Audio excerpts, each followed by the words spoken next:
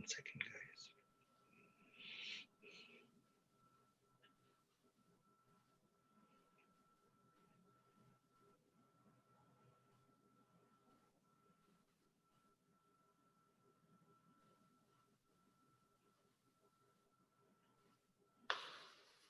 All right, guys, we'll get started now.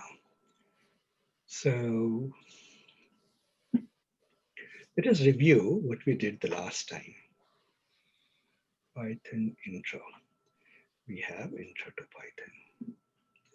So we talked about the fact that storage units are called variables in Python. Python is a dynamically typed language. It means that you can put different things into the same box. A variable could be one moment containing an integer, another moment containing a string, and so on and so forth. It is something to watch out for. And that brings us to the notion of type hinting that I'll introduce today. And you may have seen it in my code. Then we talked about the fact that you doing conditionals in Python typically is if something is true, you do this. And when you look at this, you see that in Python, indentation matters. You don't have curly braces and things that you find in C, C++, Java. You don't see the statements end with semicolon. So there are no syntactic hints. The indentation is the syntax, part of the syntax. So what it means is that if you just, and this is the danger, and people find quite annoying when they come from other languages to Python. If they just so much as reformat their file, the code becomes completely different and it will behave differently. You need to get used to it. Once you get used to it, you may hate it, you may like it. Some people like it. They say the code is much neater, less verbose, less clutter. Some people hate it. They say that it shouldn't be so brittle, that if you reformat the file, the code should just behave differently. But for better or for worse, it's a fact in the Python world. How does iteration look like? Loops. I said that we are going to do more powerful loops, but we did the while loop. While is you start out with some condition. While that condition is still true, you can keep doing things. And the hope is that you will gradually make that condition false. Otherwise, you'll be in an infinite loop. The other feature of Python is that you can do multi-line strings as you can. Right? So these were the things we did the last time. What we are going to do now is we are going to add more to this. So let me create a section here and call it session 2.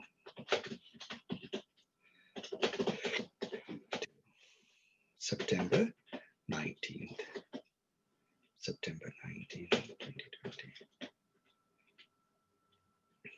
So today, what we'll learn is more ways of doing iteration, looping. So in how many ways can we do looping? It turns out quite a few ways. And we'll learn quite a few of those ways. We'll learn about the for loop, which is something you may be familiar from many languages. So just to give you an idea, suppose you want to print something 20 times or 10 times. You would write in a typical language like C, C++, Java, if you're familiar with, you would say int I is equal to 0, I less than 10, I plus plus.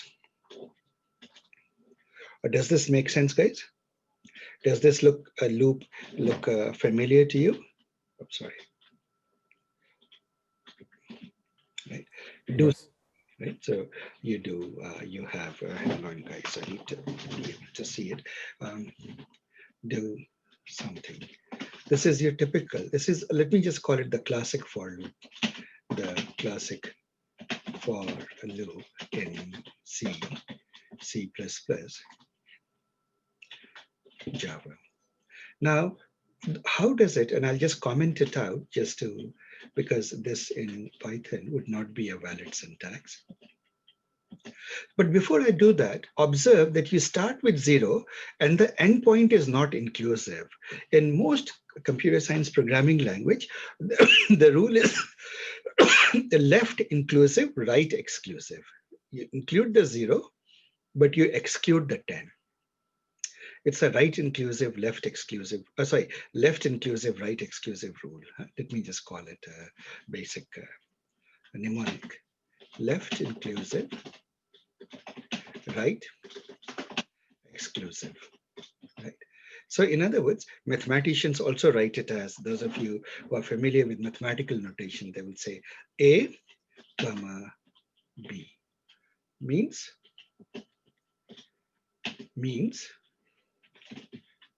start at A, but end just before B. Do not include B. Are we together? This is the meaning of that. Actually, let me do one thing. Let me mark all of this as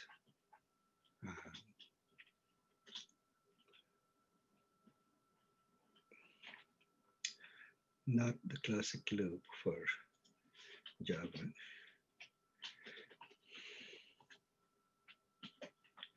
And we'll do something better. We'll indent it. Oh, sorry. And when we do that, hopefully it will, yeah.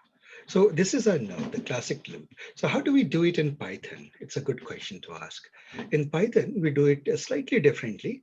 We would say for I in range, right? And you don't have to tell 0. You could say 0, but if you don't give 0, 0 is implied. So when you say 0 to 10, it means start from 0, but do not include 10. So it will go from 0, 1, 2, 3, 4, 5, 6, 7, 8, 9, but not 10. And usually this is the same as, means the same as this for, which is much more common. In range 10, do something.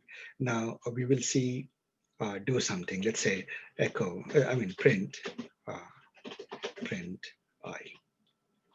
Are we together, guys? This would be the equivalent of it. Now, notice the missing curly brace and the importance of the colon. The colon is the demarcator between the conditional and the thing to do and the presence of indentation. Right? So if I run this, there we go. I get all of these numbers. So this should look pretty easy to you. Isn't that, guys? Does that make sense? So with that there, let us do something more sort of sophisticated. Suppose I do this. I already have a bunch of numbers. So now we'll introduce arrays or lists, which are synonymous in Python. So let me just say that some counts. I'll just take counts. And then whenever you create a list or an array, which are synonymous, you start with square bracket. You see this counts, it's a square bracket. I can say 1, 2, 3, I don't know, 7, 11, 4, 9, some random number. Maybe I'll make it 12 just to show that this is not ordered, right? So this is it. These are some numbers, or maybe just call it numbers. Numbers, some nums. Suppose I want to do a thing. I want the square of all of these numbers. How would I compute the square of a number? Let us just say I can do squares. Let us say compute squares of a list of numbers. List and array, as I said, are synonymous in Python. So I could do this. I could start with an empty array, empty list, and I could do for, let's use our previous syntax, for item in or number for n in nums. In other words, in this list, do that. And you can say squares dot append n star n, or n star 2, right? Square. So this is the notation for squaring it, right? Or you could say n star n, which is the same as n square, right? And so after you do this and you try to print the list, let's see what happens. Print squares. Let's see what happens and go down and see. Do you see that the squares have come about, guys? From here to here? You got the squares. Am I making sense, guys? I am getting no feedback. Yes. Yes, Asif, very clear. Thank you. Okay. So likewise, suppose I want to keep track of, I don't want just the squares. I want a map. It should say that this is the square of that. So what can I do now? I could say instead, I could start with a map. Squares. Just one question as a syntactical. Why are we calling it append? It's like append means somehow it's like appending to existing data, right? Yes, so appending it to this list, squares, which you start out with an empty list and you're appending to Oh, that. sorry. Oh, okay, square. Okay. Oh, it's an empty list. Okay. No. I somehow confused the old nums. Yeah, nums is different. Correct. Yeah. It's a new list. Yeah. So suppose you want a table. Sorry.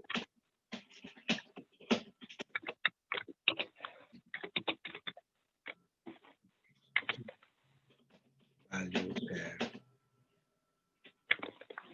Like a number. So in other words, you don't know 144 is the square of what?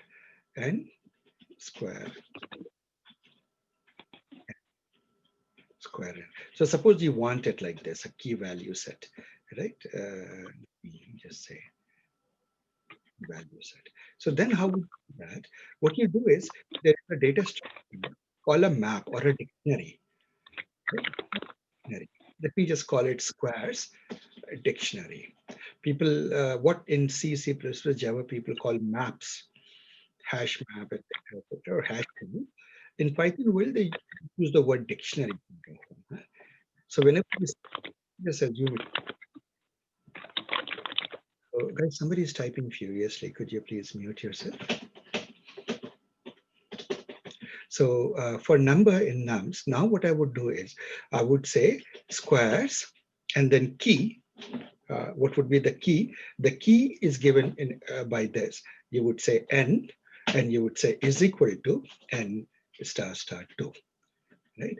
And now let's try to print the squares and see what happens. Oh, something print a list assignment index out of range for n in nums. Something I did wrong.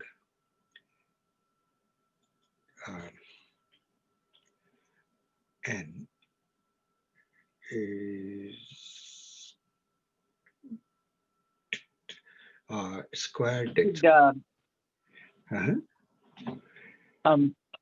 I think the n in nums is actually the value of nums, right? So that's why it's going out of bounds. I guess the squares is like so basically you have to do for the index of the list, right? So basically, no, I think you have to do the. Oh yes, my fault, guys. See, what I did is I started to do maps. I should not have added to this. Yes, it's a typo. I'm trying to add to the dictionary, isn't it? This is the key and this is the value. Right? And when you do that, then, and I should not print the list, but I should print the dict. Yeah, exactly. Yeah.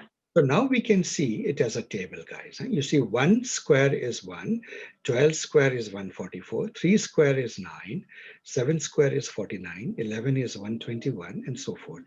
Does that make sense, guys? So you got introduced to data structures. And most of the time, when you come to data science, these are the only, predominantly the data structures you'll need most of the time. You won't see you any other data. It is as simple as that. If you got these two, you're done. Right now, contrast that with things like C, C++, Java, where there's a very rich set of data structures. It turns out Python also has a collections module, a package, which has a lot of very good data structures. But most of the people, they tend, for simple uses, they don't use that. Data science people in particular don't use very often those structures. The reason being, Python is a very slow language. You don't want to iterate over or run through a long list or a dictionary. So I'll give you an example. Suppose you create a list of 1,000,000 numbers, and you want to iterate over it and find the squares of them. If you do it in Python, you'll literally be 100 or 1,000 times slower than doing it in C. So what people have done is that because machine learning or artificial intelligence, the foundation is numerical computing, and those numerical computing libraries have long ago been perfected by people, the older generation of people like me, even before me actually. So when I was in grad school, a lot of these libraries were already perfect. They were written in Fortran. So those libraries live, the BLAS, basic linear algebra system, etc., LinPack, LAPACK, Atlas, C, and those are all Fortran and C libraries. So what people have done is they have created Python bindings for it.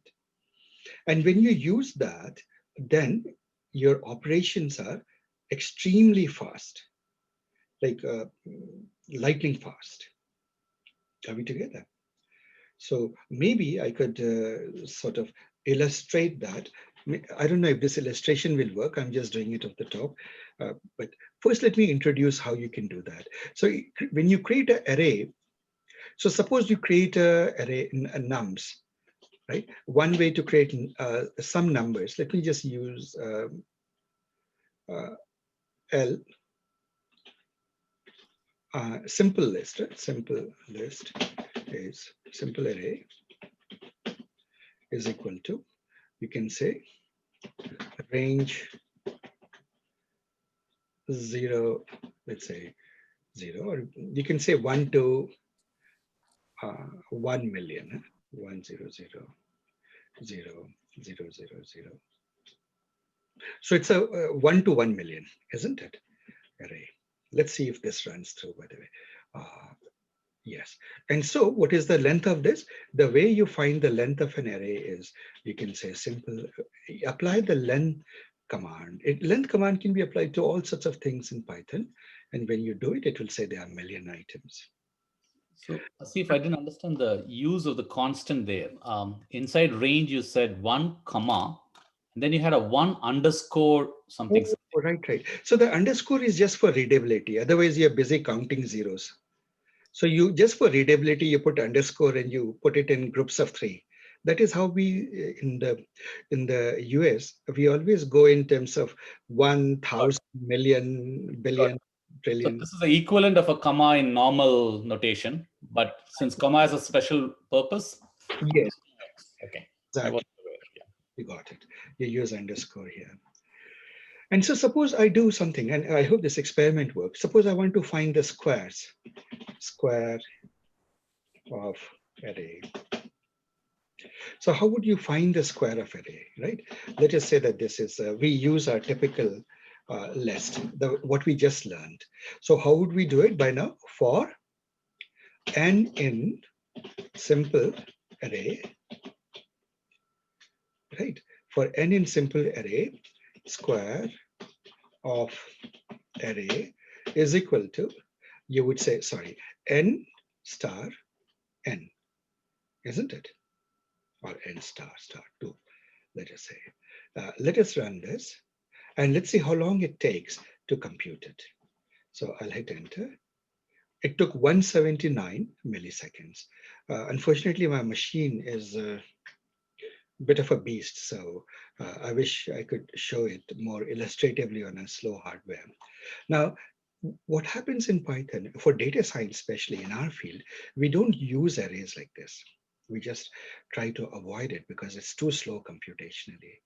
So now what we do is, suppose I do this, np array, there's something called numpy, and I will import that library, import numpy as np.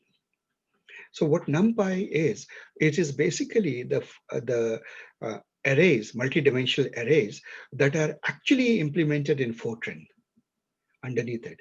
And nothing on earth ever beats Fortran, unless you write hand assembly code. And then also it's doubtful it will beat Fortran. But Fortran is just absolutely what you use for scientific computing. So somebody once asked, is there anybody still writing code? You'll be surprised to know that most scientific computing especially weather simulation and complex fluid dynamics and ocean dynamics, everything, and large particle accelerator simulations, they are still all done in Fortran. So NP that is range. Let's say, Asif, I have a question here. yeah. One second. Let me finish this, then I'll take that. Go ahead. Asif, you mentioned that you're multiplying the arrays, right? So for that square of arrays, are we not supposed to do an square of arrays dot append and then a square? Yeah. Oh, okay. This didn't work. I apologize. Square of arrays dot append. It should be. I take this back. That's why I was wondering. Yes, this is the right way. This is probably what you were asking. Yes, that's correct. That is. Thanks for catching that. So here we go. We created a NumPy array, and now what I'm going to do is, suppose I want to find the square of it. You know, how would you do the NP square? NP array. That's it, right? And now, do you see the runtime of this? 14 milliseconds versus 216 milliseconds. Do you see the difference, guys? Yes. Yeah. It's significantly faster, and I could do more experiments. Like you could take, let's say that suppose you have to multiply an array by each element by some random number or something like that. Suppose you do that. So I'll show you this experiment again. It's worth doing to bring out the data science perspective of it. So suppose I take another array. Another array is equal to like at this moment, I would say random dot. So I'll have to import random, sorry. Goodness, I can't see my keyboard, and import random. And I believe I should remember that random dot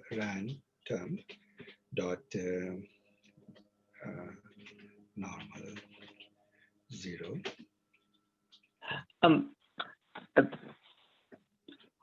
Just one thought, Asif, perhaps in this case, like the since the data set is trivial, all zeros in a simple array, maybe the Python interpreter did some optimization. It could be in reality even worse, probably. The array is not 0. The array is not 0. So let me see that. I created an array. So yeah. You have an array from 1 to this. This is not 0. Let me print the first few elements. And so that brings up the question. So the simple array is 0, right? Asif, I was talking about the previous one. Sorry, I didn't bring context. A simple array is all zeros, right? I thought. Oh no. A simple array. No, let's look at that. So suppose I do the simple array. Right? Let's print out the first few elements. I would do, let's say, up to 10 elements. See what happens. Range. It gives you a range of numbers from 0 to 10. Do you see that? Yeah. That is it. Oh, it's basically then when you say simple array, it'll actually initialize to 0, 1 like that, each element. That's what it does. Exactly. Range when you put a range. That's right. In fact, it's not all zeros. Okay. It's not all zeros. So that's that. So now something interesting has no normal. So now the thing is, this is where, because I don't use the normal Python all that much, I myself tend to forget the syntax. So let us go and find normal Python, normal distribution, random NumPy. No, that is normal. How do you do it in plain Python? No, this is NumPy's random. Random.normal. No, okay. Python itself. All right, let me just say Python random numbers. Let us just use that. The thing is, numbers in Python. So basic thing, numbers in Python. So this is it. You get so used to generating, working with scientific libraries. Gradually you begin to, as I said, right, you don't remember. Oh, I apologize, this is late. Where am I? So let me just say random.random. Random. So you generate 1,000 random numbers. Let's see, 1,000,000 random numbers. Will this succeed? Takes no argument. 1,000. Yeah. So 1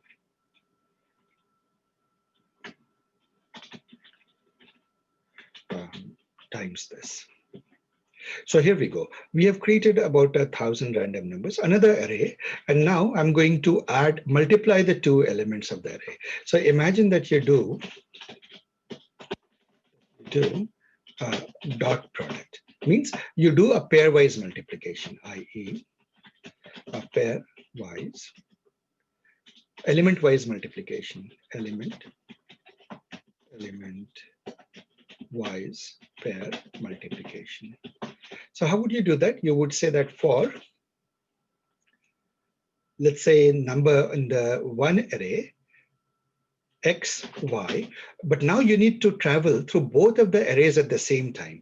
If you're going to multiply a number from here with a number from here, do you realize that we have to index it in such a way that we go together? Right, guys? So we can do it like this. For I, a traditional way would be I in range 1, 0, 0. Or you can just do length of it, length of up to the length of simple array, square of array, okay, of square, no, array, simple array. For up to this length, what will you do? You will say, you will create another thing. Let's say that a result, a last array, which will be the pairwise dot product of these two. So you would say a result dot append. What would you do? You would say simple array I star the other one, another array, and I. Does this make sense, guys? And this, Yes. yeah, this will produce your array. Let's see how fast this can run, and we'll see. Oh, what did I? Oh, sorry, equal to sign I missed here. And what did I miss once again? Simple array for I in length. Int object is not iterable. Oh, actually, let me just say in not length. Sorry, I apply. It should be range, length, etc., etc. Let's just say for I in range. Okay, we already know what the range is. I'll just put the range explicitly here. That was my mistake. It is indeed true, but the value is not iterable. Okay, so let's do that. And now why are we unhappy? Float object in range append result.append simple I. Okay, is not float object is not scriptable. So here there is a subtlety that came in. The simple array is actually something called, and I should introduce that. It is something called generator. So you can't actually do this with a generator. So the simple array, I'll just write one more thing here and you'll see why I do this. Simple array is equal to I for I in range. Yeah, this is a very cryptic syntax. Just take it as a fact for the time being.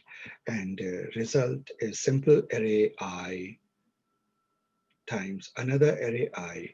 A float object is not scriptable. Why did I become float? Oh, for I in range. Okay, this is a very simple thing. Int Now result I. Okay, guys, help me identify. Let's take this as an exercise. What could I have been doing wrong here? This illustrates that if you don't do something for a while, then it begins to break off. You do a lot of data science and you begin to forget the basic simple thing. Let me print this array. A few elements of the array, 0 to 10. Yeah, so this came through properly. So for I in now, so now I don't need to do this. I can do this in range I. Okay, so yes, I don't need to do this. Simple array, and result is equal to result.append simple array, another array. So the problem is in the another array because it is another array I.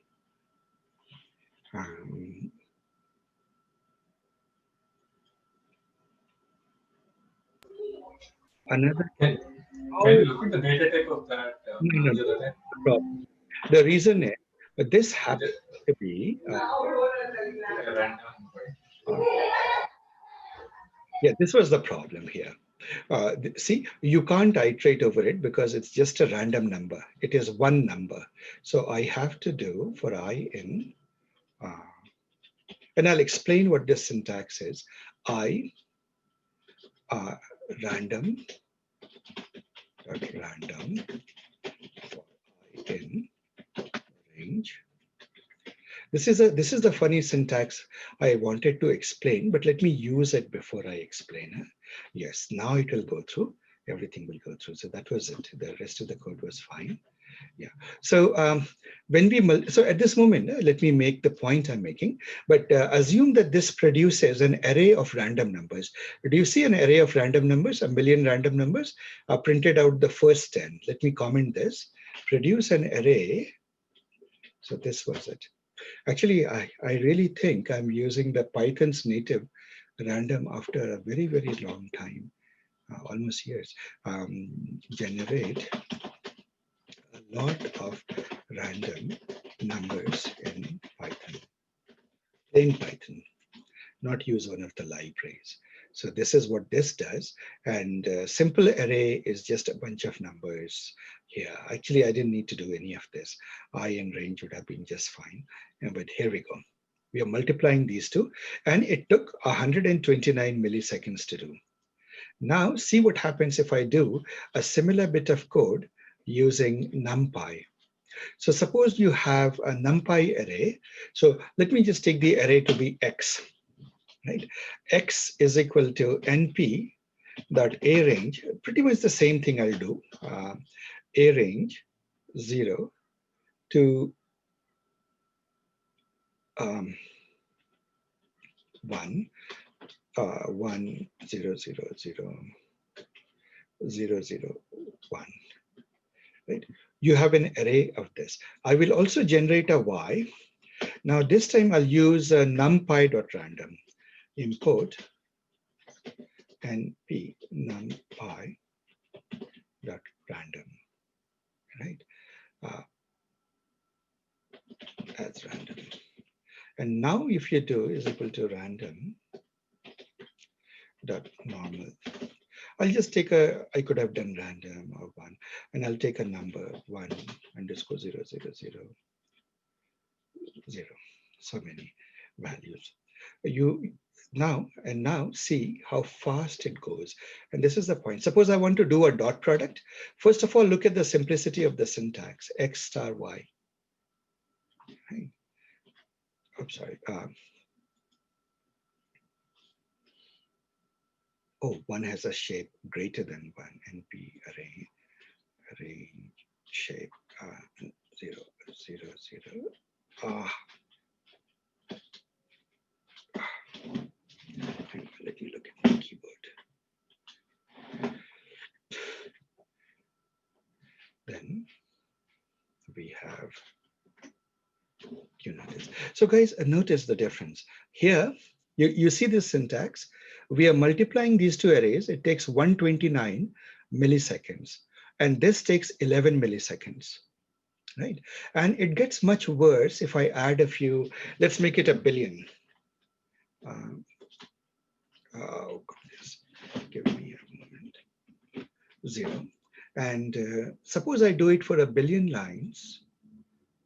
And obviously, I need to make sure that this another array also is a billion. I need to run that also, right? And first of all, notice how long it takes for it to generate a billion items, execution queued. And even here, it is taking a very long time to just produce so many numbers. Do we see that, guys? In fact, I don't think simple Python will survive this. It might not. Restart the kernel. Oh, it may just. It may just crash. This is it. The Python, remember, is a scripting language. It's not really meant for heavy duty stuff, the plain Python. So when you, in machine learning, when you think you're writing code in Python, you're not really writing code in Python. You're writing code actually in Fortran and C, but it looks as though you're writing code in Python. Right? So let me run this now. Oh goodness, I don't think this will even finish, right? So let's not try to even make it finish, but it sort of illustrates the point. But now I've used some peculiar syntax. Restart. I've used some peculiar syntax and I'll explain it. First thing you notice, guys, that before I go into it, assume that these two arrays exist. Simple array and another array exist. Would you agree that this is much more harder to understand than this, just X star Y? Yes. Yep. Isn't it? And this is the point. In data science, we use the NumPy library, which is basically Fortran library under the covers. And this supports, Fortran has one beautiful thing. It stands for formula translation. And quite literally, the way you write it in mathematics on a piece of paper, your code will look very close to this, right? And that is a huge positive. Besides the fact that it runs much, much faster in NumPy than it runs in Python. Normal Python pretty much bails out on you after a little while. So in fact, it's a long time that I ever did these things in normal Python, which is why you see me trying to recollect things, fumble around. Go ahead. Do you have destructuring concepts in Python? Like, say, if you have a long array and you want to automatically assign certain values to variables, like in JavaScript, there's a concept called destructuring. Is that there in Python? I'm just curious. Give an example. So suppose you want to create an array and you want to fill all of it with 2. Okay, so let's take an example. Say an array has 3 elements, say 1, 2, 3, and then I say A comma B is equal to that array, correct? Automatically in JavaScript, A is equal to 1 and B is equal to 2. The first 2 elements get assigned. So I don't have to define those values. They automatically, in any other language, I have to say int A and then assign them. We have it, yes. Python has that, same convenience, slightly different syntax, and you'll come to it. Okay. It is very elegant, actually, that the return values of this thing. So what you're talking about, so it's a little bit of a digression, but I'll say that. So suppose you want to say,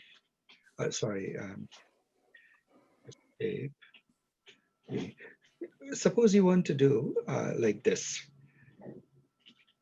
A, B, C is equal to 2, 3, right? This will work just fine, right? And these things work. They take the right placeholders, but there's more to it. I know what you're coming to. We'll come to it gradually. But at this moment, let's pay attention to it. So the first thing we realize is NumPy is far more simple syntax than the normal Python, which is why I said the only Python we need is a basic amount of Python, because we'll be using data science. AI is all about NumPy and PyTorch and TensorFlow and scikit-learn. It's not so much about the vanilla data structures in Python. You know your for loops, your whiles, etc., and basic functions and a bit of classes, and you're done. Right. So now I'm going to teach you something about what is called list comprehension. List comprehension. I have used it above. You didn't realize it, but I will now do it in a more structured way. So suppose you have a list. So let's take a list. X is equal to, once again, I will take 1, 2, 3, 4, 5, 6, 7, 8, 9, 10. Suppose I have a list like that. And suppose you want to take a condition. You want to create another list, Y, which is made up of, suppose the problem is create a list Y, which is made of the square roots of X. So how would you do that? A traditional way you could say is that Y is equal to this, right? And then you would say for num in X, right? SQRT, right? X num root is equal to, now you take the square root, right? So if you're doing NumPy, it would be, so let's import NumPy here somewhere, which is bad practice. You should put your imports at the top, but we'll do it here as NP.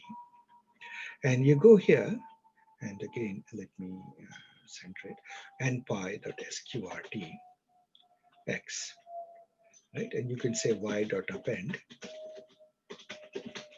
num root. This goes through. So there you are. What have you done? You have created, and let's print out a few elements. Why not print y out? It should be easy. So you can see that y is made up of the square roots of these numbers, isn't it? Y.append and so forth. Right? Now, this is oh, sorry, what I did was silly. Num root for num, not that, I apologize. So now you have 10 square root. I was wondering, how did I get that? So many. So far, so good, guys. We agree that the square root of 2 is 1.4, 3 is 1.7, 4 is 2, and so forth, right? So we do it like this. Now, still within normal Python, there is one more syntax, which is more elegant than this. It is called list comprehension. List comprehension. And this is something I find very elegant in Python. I like in Java, I really miss that they don't have it in C++, C, Java. They're trying to have it, but so far I think they don't have it. What I can do is I can say num sqnp dot sqrt num for num in X. See, what am I doing? I'm going to iterate over every element of X anyway. Did you see this for num in X? But I can write it right here. And I can say for every number, return me, this is the return value, return me the square root of num.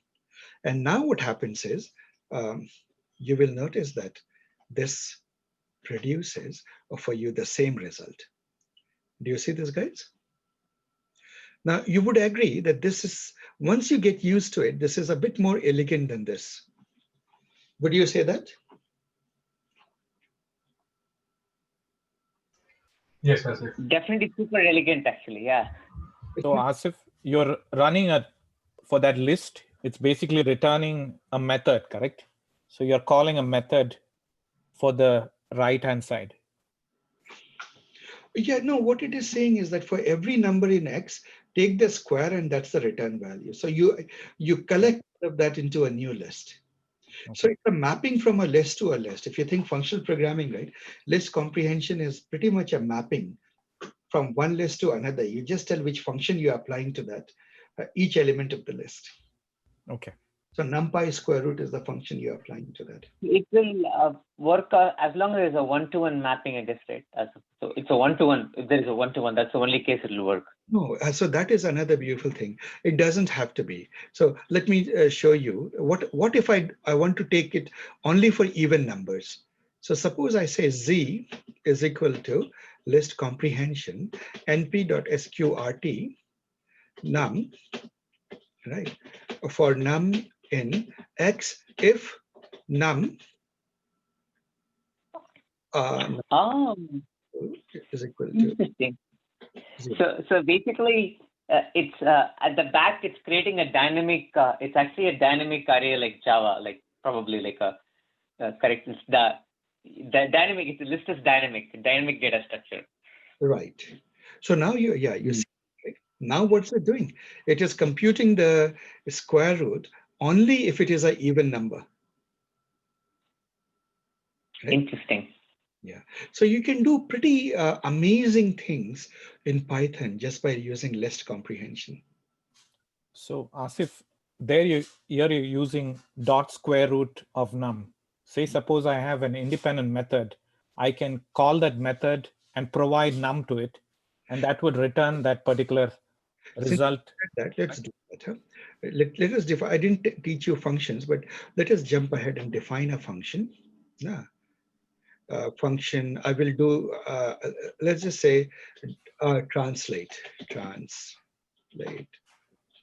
I'll just put create a function for that. Let us say that you give it a variable n, and it returns, just for the fun of it, n plus. Before we go into the function, just on the list comprehension statement, like if num modulo 2 equal to 0, right? Yeah. That has to be a single statement, right? There can't be, if you want to have one more condition, that can't happen. No, you can. If num is equal to 2 and num is not equal to, and num not equal to 4, let us say, right? So now let's do that. You notice that now you get only 4 numbers because 4 has been avoided. Okay. 2, so you can have a complex Boolean condition there. Yes, you can be pretty sophisticated there. Okay. It's amazing, isn't it? It's very nice, actually. This is one of the things that makes you like the differentness of this. Now, suppose define a function. By the way, I've explained function, but I hope it's simple enough to understand what it is doing. Given a number, it will return the number plus 3, right? So suppose we run this, and now we do another one. Now let's try to do a list comprehension. W is equal to translate n for n in x, right? W. Does it do that? Take all the numbers and add 3 to it? Very nice. Any function that you want, right? Very nice. Called list comprehension. And I would strongly suggest that when you're using plain Python, extensively use list translation. So what will happen is when you come from some other language, you will tend to use a lot of the traditional for loops, etc., when you're dealing with arrays or with lists. But there's no reason to. The moment you see a list, ask yourself, can I write a more elegant syntax just using list comprehension, right? And so this is it.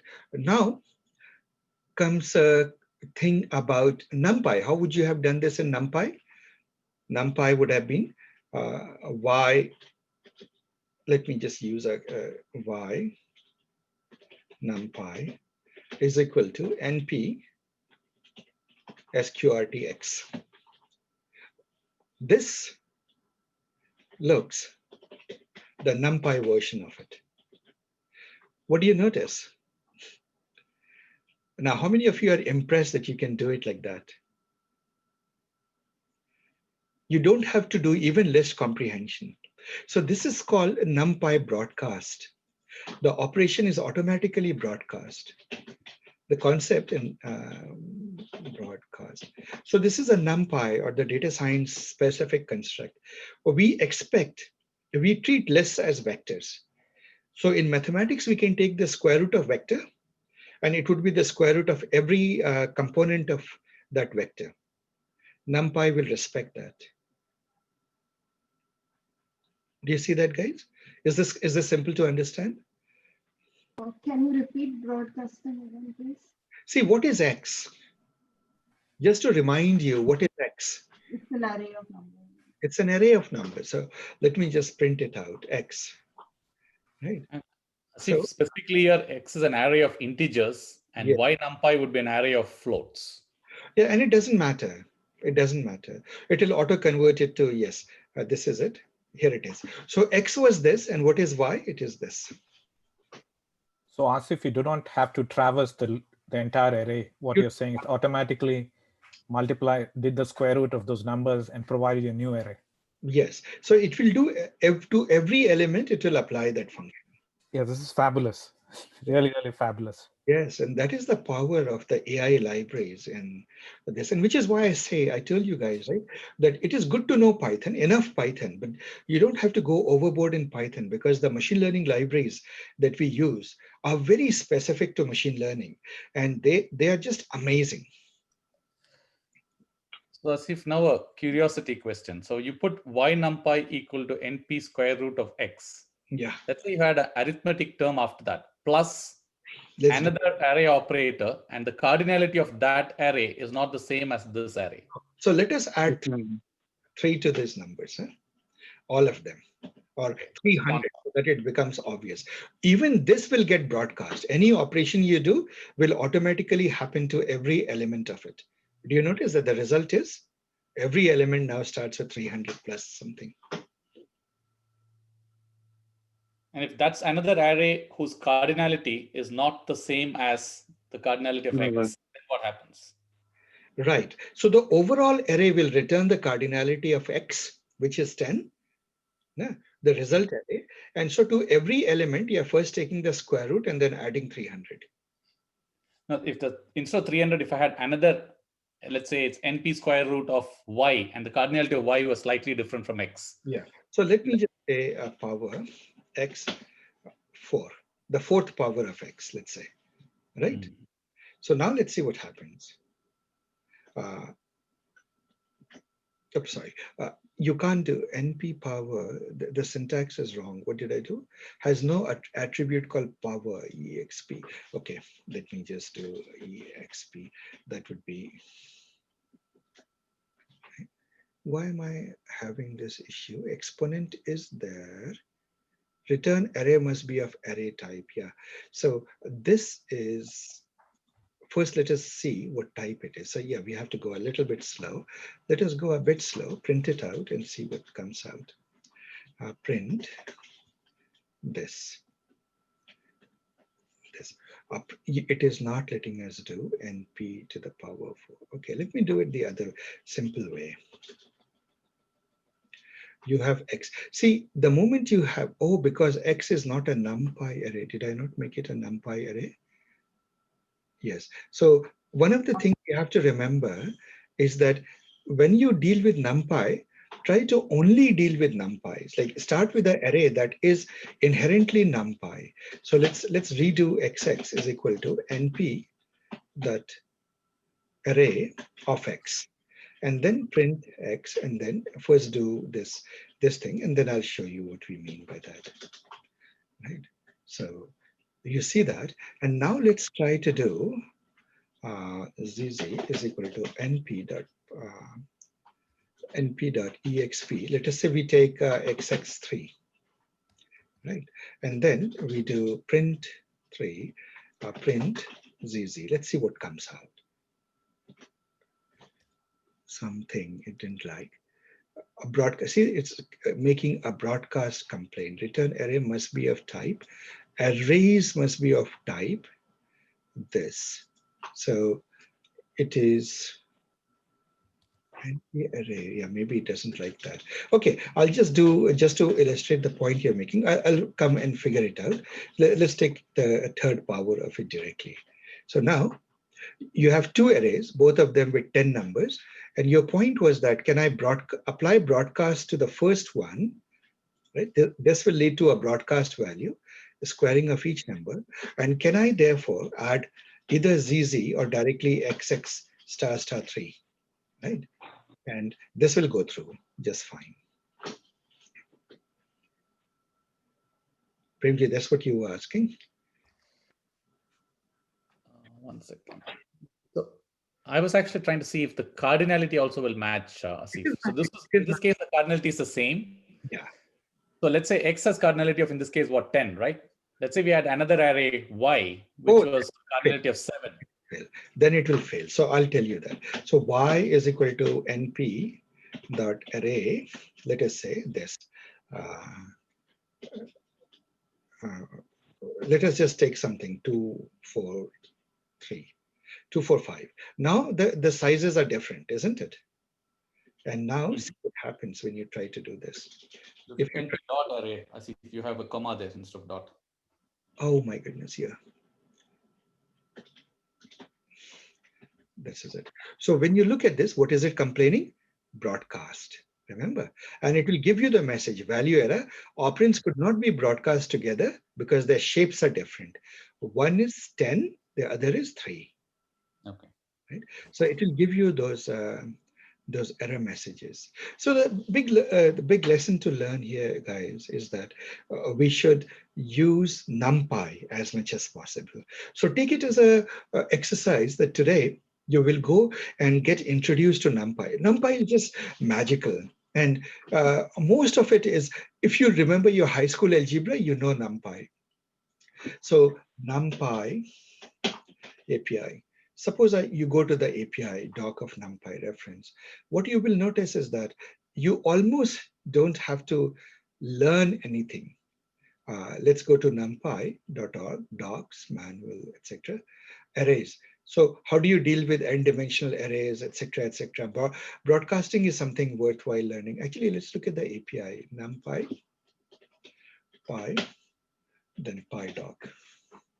The guide NumPy, doc strings and NumPy doc strings guide, doc for C. Now don't learn from this. Let us go to some basic NumPy tutorial. NumPy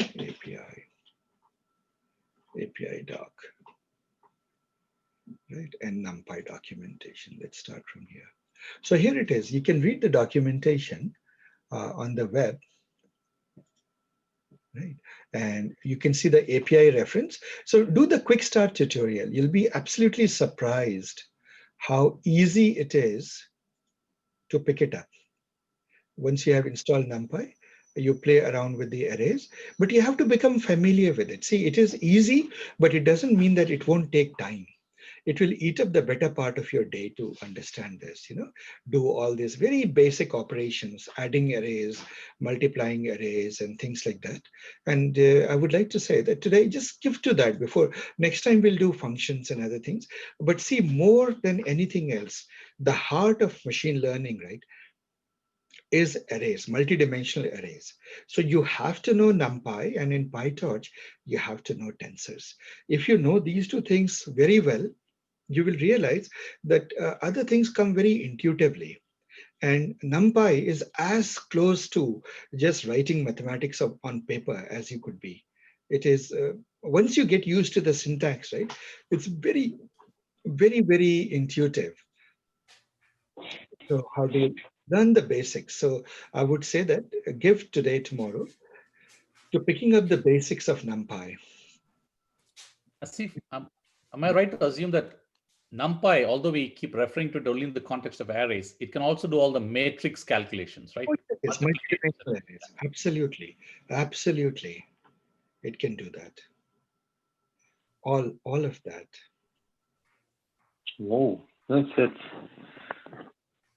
It's very, very powerful. NumPy, was it is what took. It just made it easy to use 30, 40 years of scientific computing and all the wealth of information that had accumulated. See, guys, when you write software, business software, right, that comes and goes. Right? Today it's one language, tomorrow it's another. Today it's Angular, tomorrow it will be, something else, maybe React, right? And it will keep on moving forward. J2E came and the EJBs came and EJBs went. DOM, some of you may remember COM, DCOM, and whatnot, and MFC. All of these things come and go. They're transient things. But mathematics is more or less eternal. And the numerical libraries that people write, it takes many, many years to make them A, fast, and B, correct. Right. And it shows up in many ways, actually. So for example, if you want to take the average of two numbers, intuitively you would write in your code A plus B divided by 2, isn't it? But actually that is wrong from a numerical perspective, because it will lead to overflow. If both these numbers are too big and they're close to the maximum value that that data type supports, A plus B will already be an overflow, and divide by 2 will return you a random number. Right? So you have to know that to take the average, you have to first take the difference. You have to do the smaller of A and B, whichever it is. Let's say A is smaller, A plus B minus A over 2. Right? You have to do it like that. And it takes a while actually to go fix bugs. Sometimes these subtle bugs, and this bug is very interesting. It turns out that in Java's sorting algorithm, they had to find the median somehow, or the middle guy at one point. And for almost 10 years, this bug stayed in Java sorting algorithm. And Java sorting algorithm is written by people who are an army of PhDs and some of the most rigorous people in the world. Right. So that is the nature of scientific computing, that when you do deep down algorithmic stuff, it takes many years to make it perfect. So those libraries, BLAS and LinPack, LAPACK, Atlas, they have been perfected over decades. And secondly, their performance is absolutely close to the bare metal performance you can ever get. Nothing comes close. So people don't try to reinvent the wheel. It's taken a long, long time to build that wheel. What they do is they put layers, usability layers. Think of it as user interfaces on top of it. And Python, in some sense, is a very simple user interface, because the only sort of people who were using Fortran, and see, people like me, who are deeply into scientific computing. And it's not it's not sort of democratized. Most people don't learn Fortran. In fact, they believe Fortran is dead. Most people don't want to learn C these days. They start with Python, right? And they don't want to learn any other language. Maybe they'll learn Python and JavaScript, and that is it, right? Or Java or something like that. So how do you take all that intellectual heritage and make it available? That is what NumPy, like SciPy does. SciPy is impact.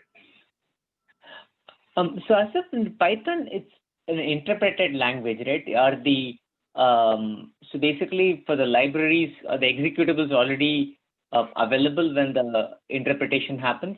Yes, actually, when you install this thing, Python's machine learning libraries, right? When you do conda install NumPy, you'll actually see that it is installing Fortran.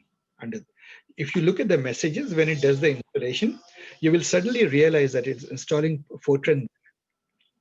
And so a call, when you make an interpreted call A star B, right, X star Y, right? Let's go back to our code. When you do something like, where is it? Something elegant, like, I don't know, where did I use this? Let's say the last statement, right? So this is deliberately a mistake. So let me just say broadcast mistake. Mistake to show. So forget this. Look at this part. Look at this part, right? When you do something like that, the array that you create, like for example, this array that you create, it is not in Python memory. This array is actually sitting in the Fortran and C memory. Yeah, that is it. And so when you multiply, all it does is that it calls the C binding and says go multiply it by 3.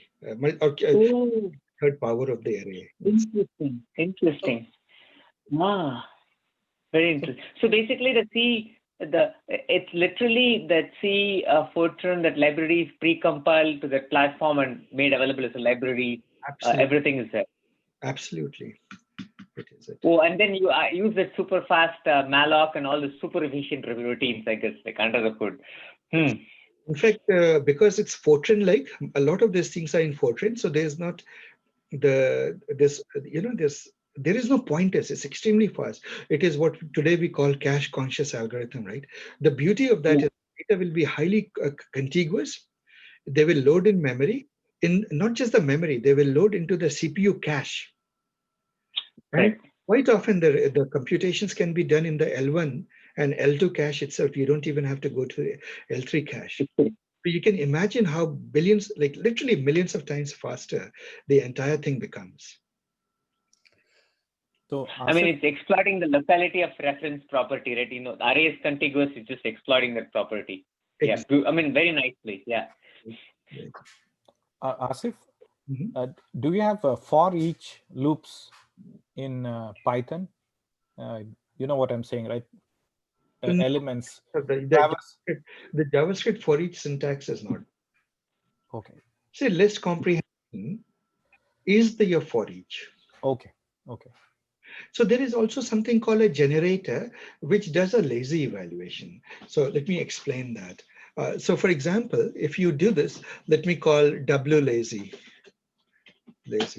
And instead of square brackets, if you do translate N for N in X, right? And so let me put it here, print W. So you can see that with list comprehension here, with list comprehension,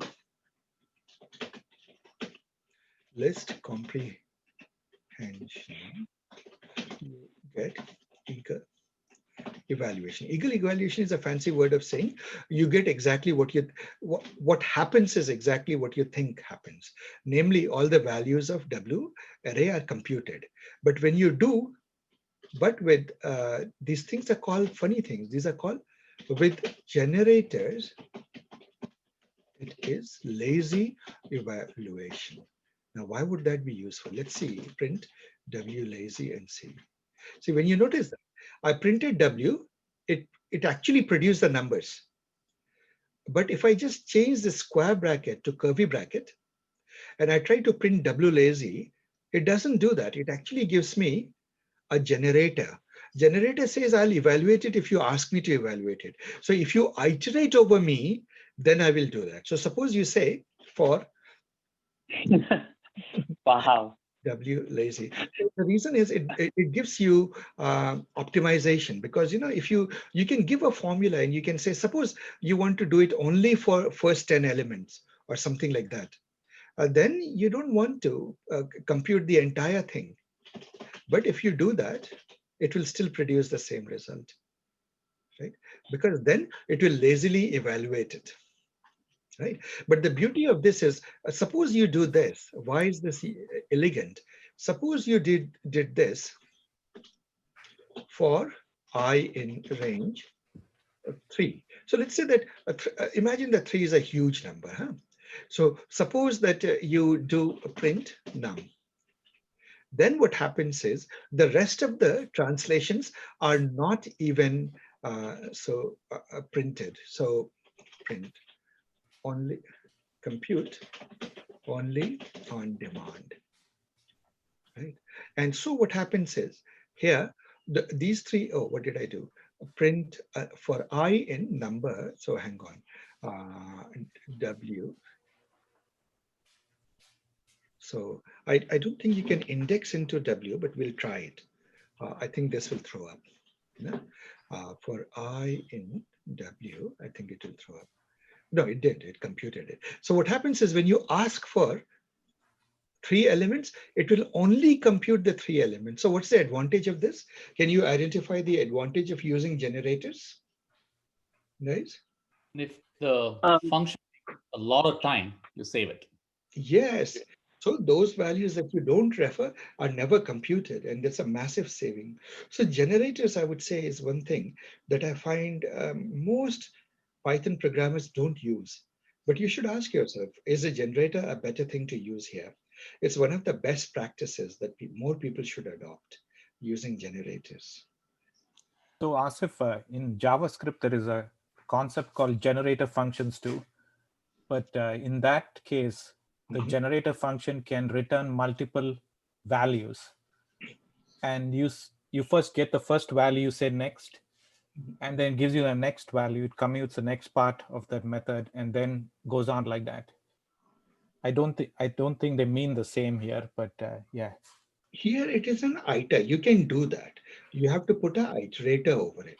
The moment you put a iterator over generator, you get exactly the same effect. Okay.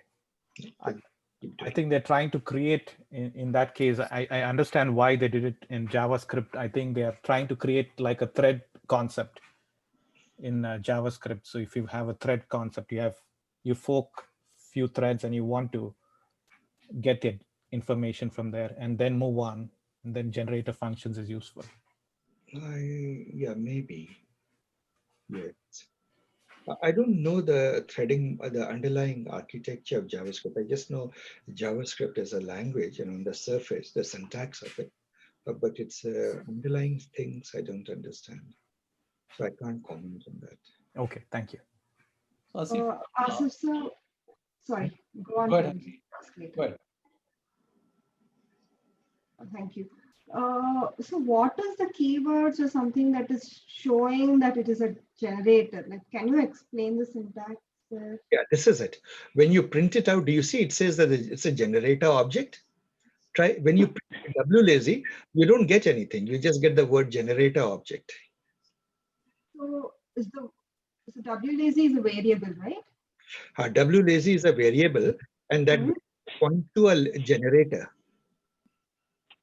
I think Asif, Harini's question is around the square brackets versus the curved brackets. Yes. In the square bracket, you generated an array. In the other one, it is a generator. Yeah. So if you use this curvy bracket, Harini, you are saying make it into lazy evaluation mode. In other words, produce a generator. Oh. That is it. That's the only difference. And it's quite elegant, actually, how much performance sometimes you can gain simply by making this little change. Go from square bracket in list comprehension to a curvy bracket while doing comprehension, and you end up with a generator. Thank you. One quick question on if you have multiple cores on your computer, how do you make something like NumPy use multiple cores? What I see here is every time it executes, it only uses one CPU. Oh, how do you do parallel computing with this? There are ways of doing that. Let's not get into that.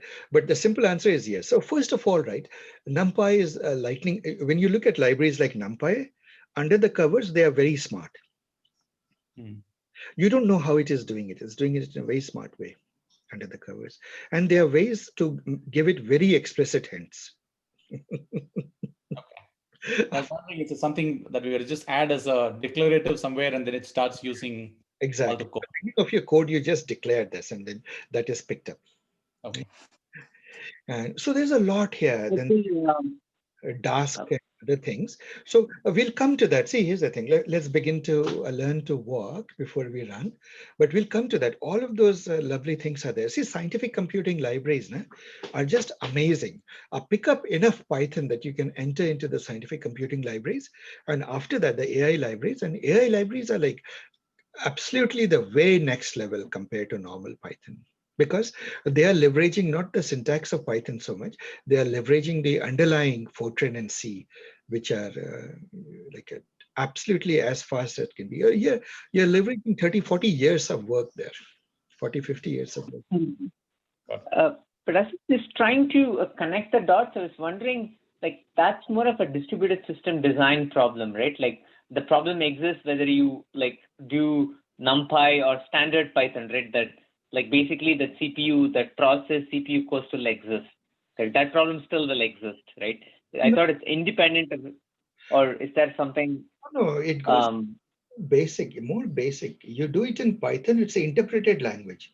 Every line of code is converted to machine code on the fly when you run it. Any interpreted language will be gazillions of times slower, I mean, in a very colloquial way speaking, than fully optimized binaries like that produced by optimized Fortran or optimized C. Oh no, that I absolutely. What I was thinking was like the problem of like single versus multiple core, that problem will exist in both the scenarios, whether you use standard Python libraries or use NumPy. That's a different problem to solve, correct? That is a different problem to solve. But having said that, you have to give the hints to the NumPy that you have the access to all of that, and it will use it. Okay. Which core and core affinity? I guess like core affinity and all those. That's what you're talking about, right?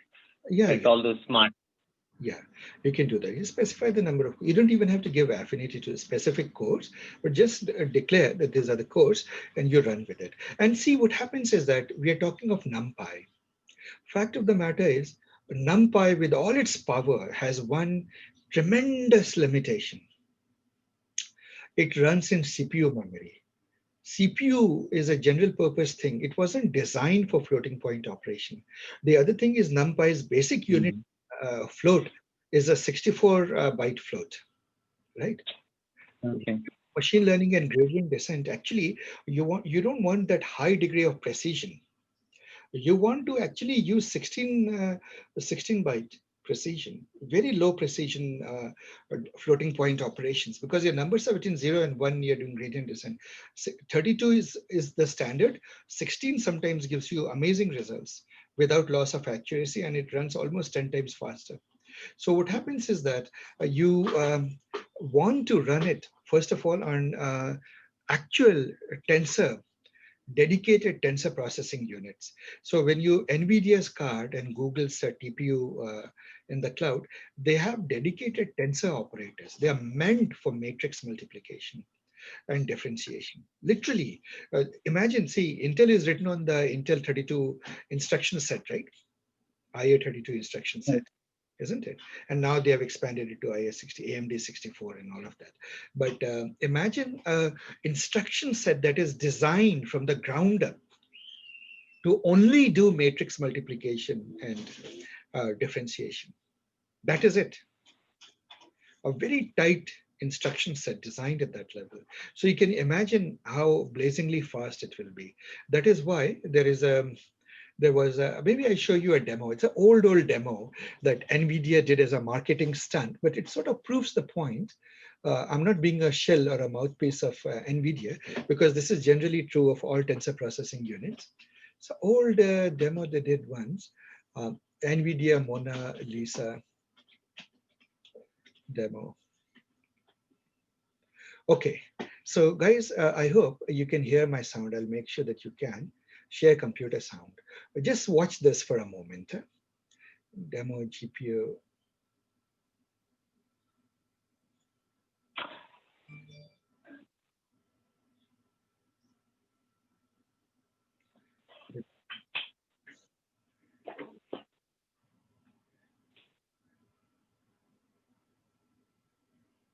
We can't hear the sound now, sir.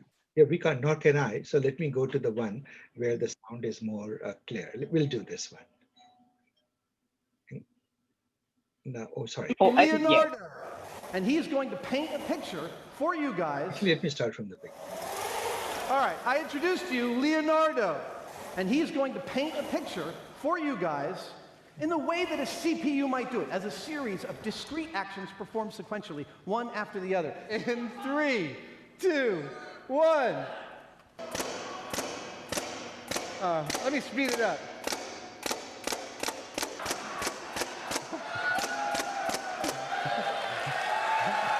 Ladies and gentlemen, Leonardo 2.0. When we hit this trigger on this thing, 2,100 gallons of air goes through these accumulators, out these valves, into all 1,100 of these tubes, into these tubes in which the bottom of is a paintball. Each of those paintballs will fly across 7 feet of space and in 80 milliseconds reach its target, hopefully. So guys, before I do that, you see that this entire system is a giant array, right? Two-dimensional array, matrix system. Right? Yep. So the matrix multiplication means all elements act at the same time. And see what happens when compared to the CPU when this is done. When it's all said and done, it's going to paint the Mona Lisa. GPU painting demonstration. Mythbusters. In 10, 9, 8, 7, 6, 5, 4, 3, 2, 1.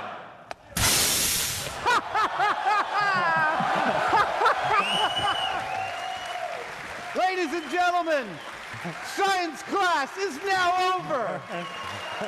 Thank you.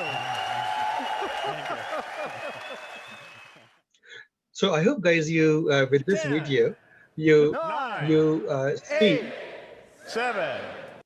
You see why you should use the scientific computing libraries, right?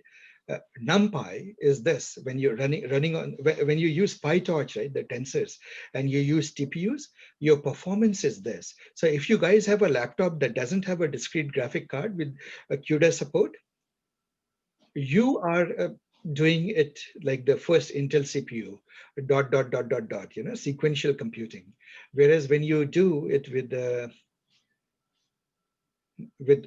this PyTorch, you see what happens. That you're just looking at a dimensionally more powerful machine.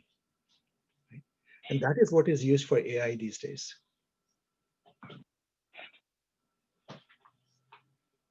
Make sense, guys? Yep.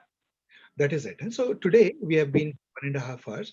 I'll stop here, guys. So what is the homework for this? Go learn NumPy. It's very easy. It is as close to mathematics, plain mathematics, as it could be. And you would love it. Yeah. It's a large library. You don't have to start with everything. Start with the basics, right? The beginner's tutorial, the quick start tutorial, beginner's tutorial. There are many tutorials here. And gradually you'll realize that you can't think of a library or an API design more simply for mathematics, for basic arithmetic, right? All right, guys. And so with those, I'll stop. Thank you, Asif. Do we have Thank the you, lab Asif.